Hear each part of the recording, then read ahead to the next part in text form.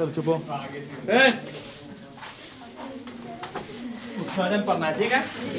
समझ रहे हैं? उत्सर्जन एक बार आप लोग को पढ़ा दिए, एक बार रिवाइज हो जाता है। हाला नहीं कीजिएगा। पहले पहला प्रश्न क्या है आपका, देख लीजिए। उत्सर्जन क्या है? तो कैमरा में ही लिखावट आ रहा है उत्सर्जन, है ना? अब देखिए उत्सर्जन क्या है, पहले हम पूछ लेते हैं कोई लेकर कहने गया, पूछते हैं हमको। खड़ा हो। उत्सर्जन क्या है? खड़ा हो।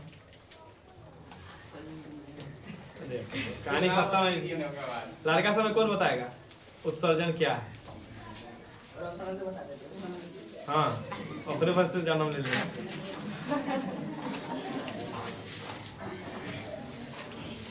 चलो बता, उत्सर्जन क्या है? जीवों के शरीर से उपापचय क्रियाओं के फलस्वरूप बेकार पदार्थों को निकालना उत्सर्जन है। आप लोग लेढ़ा है, ये बात साबित हो गया, ठीक है? चलिए सुनिए ध्यान से। विभिन्न उपापचयी क्रियाओं के फल, विभिन्न उपापचय। पिछला क्लास में इतना रटवाए थे, तभी तो उनके ये हाल है। घरे पढ़ता होगा दिन भर, तब नहीं हाल है का? खूब पढ़ते होइएगा आप लोग। विभिन्न उपापचयी क्रियाओं के फलस्वरूप, क्रियाओं के उत्पन्न बेकार पदार्थों को, उत्पन्न बेकार पदार्थों को बेकार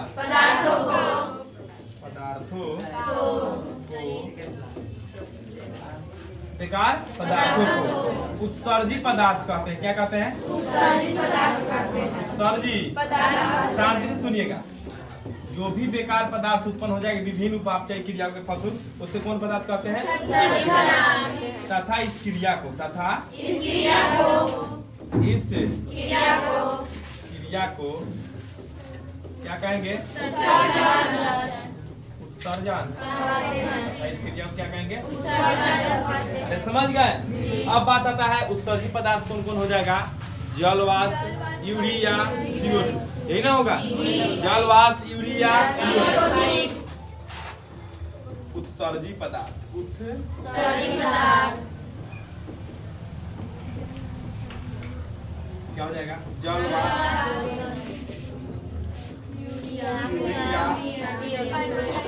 और कार्बन डाइऑक्साइड। ये तीन को मुख्य रूप से आपका क्या होता है? उत्सर्जी पदार्थ।